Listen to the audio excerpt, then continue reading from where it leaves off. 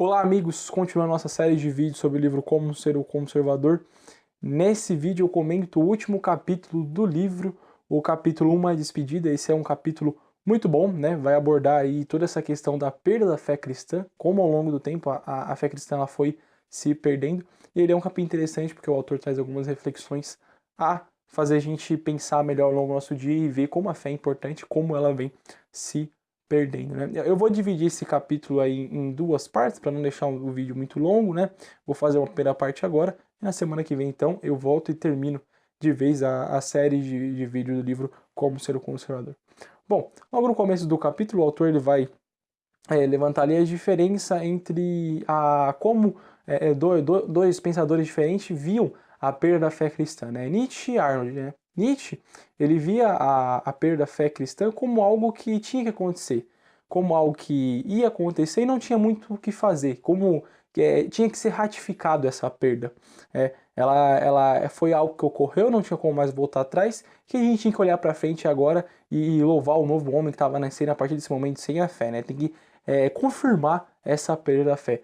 Diferente dele, Arnold já pensava de uma maneira assim mais melancólica, lamentando bastante a perda da fé. Ele sempre tinha esse sentimentalismo maior, né? Ele lamentava bastante a perda da fé porque sabia que a fé ela era algo importante.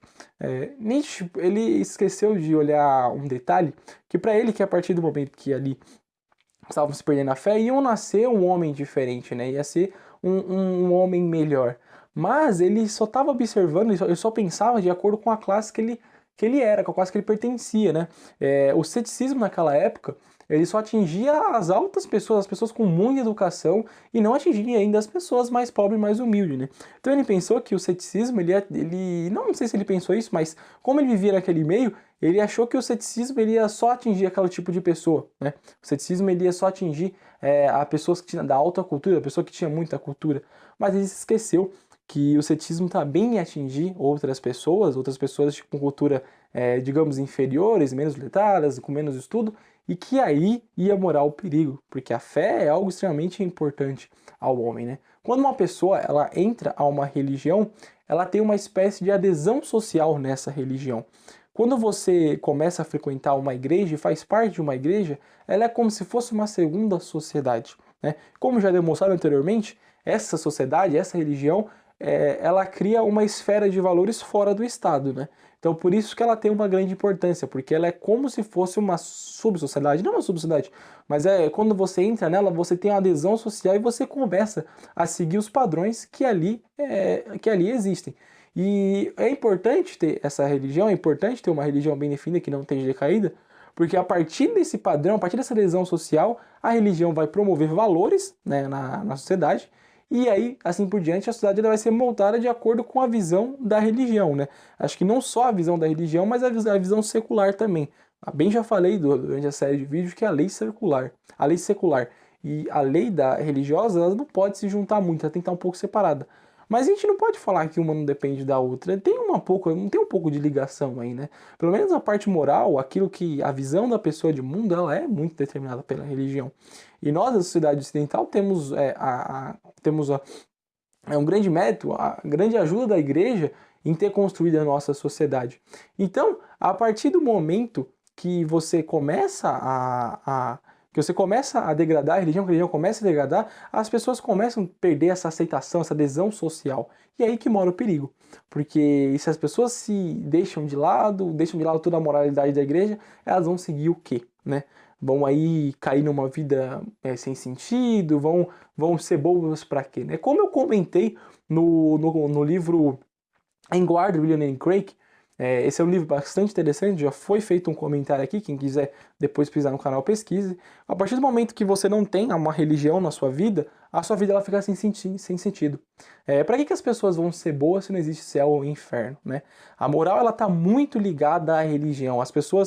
Muitas das coisas que as pessoas não fazem são graças à religião, mesmo que isso não seja explícito, mesmo que um dia a pessoa não faça algo errado, que não seja um ateu, mas esteja fazendo bem, muitas das vezes as virtudes que ele segue só acontecem porque já existiu uma religião atrás, porque já existiu Jesus Cristo para morrer na cruz por nós.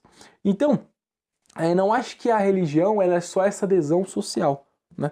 A religião é algo muito além disso. A gente tem ali o contato com o transcendental, temos as orações, tem muita coisa. A religião ela vai muito além disso. Mas um dos principais benefícios para a sociedade, fora isso que eu já falei, do contato com o transcendental, com a vida em comunidade, com tudo isso, é a adesão social que a religião provoca, né, que ela permite. E com essa adesão, ela molda a vida das pessoas, não molda, mas gera valores que são importantes para a sociedade. A partir do momento que a religião ela começou, a explicação da teologia, a explicação de Deus da religião começou a ser confrontada com a ciência, aí a religião começou a perder um pouco de fiéis, a religião começou a decair, né? A religião ela vai explicar e vai defender a existência de Deus. O problema é que quando ela começou a ser confrontada com a ciência, a religião começou a cair. Eu não acho que isso é justo, eu acho que realmente não se dão o devido oportunidade para a igreja defender, porque a gente tem grandes apologistas aí, como o William Lane Craig, que fazem trabalhos muito bons mesmo. Você vê um debate dele com outro cara, com qualquer outro cientista, você vê que ele realmente sabe muito do que ele está falando e ele domina o assunto. Então, a religião ela começou a ser confrontada aí depois do iluminismo com a razão e começou a perder. Não que não exista razão na religião. Às vezes eu acho que não dão a voz necessária à igreja, ou pelo menos os próprios membros não vão atrás disso, né? A gente percebe que a igreja ela começou a ser secularizada, né? O autor não levanta isso no livro, isso já é uma opinião mais minha. Olha para a igreja para você ver como que, não a igreja em si, porque a igreja ela se mantém única, mas as pessoas começaram a se secularizar, os cristãos começaram a ficar secularizados, né? Antigamente a pessoa ela acreditava no que a igreja acreditava. Se a igreja falasse que, sei lá, usar cueca azul era errado, a pessoa ia falar, não, usar cueca azul é errado. Hoje em dia as pessoas elas meio que customizam sua fé, não sei se a gente pode falar assim, eu sou católico, sabe, mas eu não creio nos sacramentos, eu não creio na intercessão dos santos. Eu sou protestante, mas sei lá, eu não gosto do meu pastor, eu não acho que meu pastor está falando certo. Então você veja como que a fé está se perdendo, como ela está ficando algo muito mais pessoal do que algo geral, que é a comunidade, né? Quando você fala igreja, é uma comunhão de pessoas, não é a sua opinião, a igreja é algo muito maior. Então percebam como que a igreja, ela vem, as pessoas, quer dizer, vem se secularizando. Bom, ainda nesse pensamento da perda da fé cristã, houve meio que uma reação a isso, né? Com o Renascimento Gótico. O Renascimento Gótico, para quem não sabe, foi querer transformar, mudar um pouco a arquitetura, mostrar para a cidade os símbolos cristãos que já existiu há algum tempo atrás, trazer esses símbolos à tona de novo, né? Ele veio aí para reafirmar a cosmovisão cristã, né? Porque você pensa que às vezes, o que a arquitetura tem a ver? Mas um símbolo colocado no lugar certo pode mudar a cabeça das pessoas, pode muda a cidade. A arquitetura ela é algo responsável pela cidade, ela é algo que, conforme a pessoa vê aquilo ali, ela passa a ter uma visão diferente de determinado lugar. Então a arquitetura também é importante, e aí veio o Renascimento Gótico. Ele sofreu uma crítica modernista muito grande. Bom, por que ele sofreu essa crítica? Porque os modernistas estavam falando que isso era plágio, né? Que você está copiando uma arte que já existiu e isso não é original. Por que você vai fazer isso, sendo que é algo que não é original? Não tem para que você fazer isso.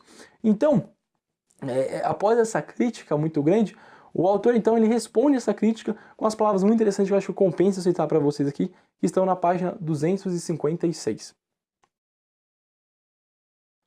O mesmo argumento contrário poderia ser dirigido ao classicismo renascentista, ao gótico original, à arquitetura vernácula romana, ao próprio templo grego, todos originados de uma tentativa de perpetuar os contornos de um povoamento bem-sucedido e de um lugar sagrado por meio de mudanças que poderiam, de outro modo, desestabilizá-los. Aqui o autor mostra que esse argumento ele não pode ser usado quando a gente tem todos esses exemplos de artes que olham um pouco para o passado e tentam buscar a conexão com o passado e reafirmar o passado e mostrar o passado e se basear no passado. Você não perde sua originalidade quando você olha para o passado para construir algo no futuro, porque afinal de contas o conhecimento ele é como se fosse um agregado. Você não pode querer fazer algo totalmente novo, sendo que você tem uma bagagem aí que você pode se analisar e pode se basear assim que não está errado, né? A gente sempre tem que dar valor ao clássico. Mas, infelizmente, por mais que a gente teve essa reação aí do Renascimento Gótico, já no século XIX, 50% da população inglesa já havia deixado a igreja, já não ia para a igreja com frequência. E depois esse número ainda aumentou. Então você percebe que, infelizmente, hoje em dia a religião, desde aquela época até hoje, a religião está muito fraca, né? As pessoas estão perdendo muito o contato com o transcendental. Porém, a gente tem ainda uns exemplos aí, uns pontos fora da curva, nem isso, mas uns lugares que não vão contra essa regra, né? Por exemplo, um exemplo muito grande é a América Latina. O Brasil é um país super religioso. A gente teve a Igreja Católica muito grande, agora perdeu um pouco aí do número de fés, mas a gente tem também as igrejas protestantes crescendo bastante. Então, a fé cristã no Brasil é muito disseminada e os Estados Unidos também tem bastante pessoas com fé e em outros lugares da Europa, né? A Europa ela foi bem atingida pela secularização, mas ainda existe fé, a fé ainda continua. Então, eu termino por aqui hoje. Semana que vem eu volto e comento mais o restinho do capítulo e ainda deixo um aviso bem interessante para vocês. Então, até mais!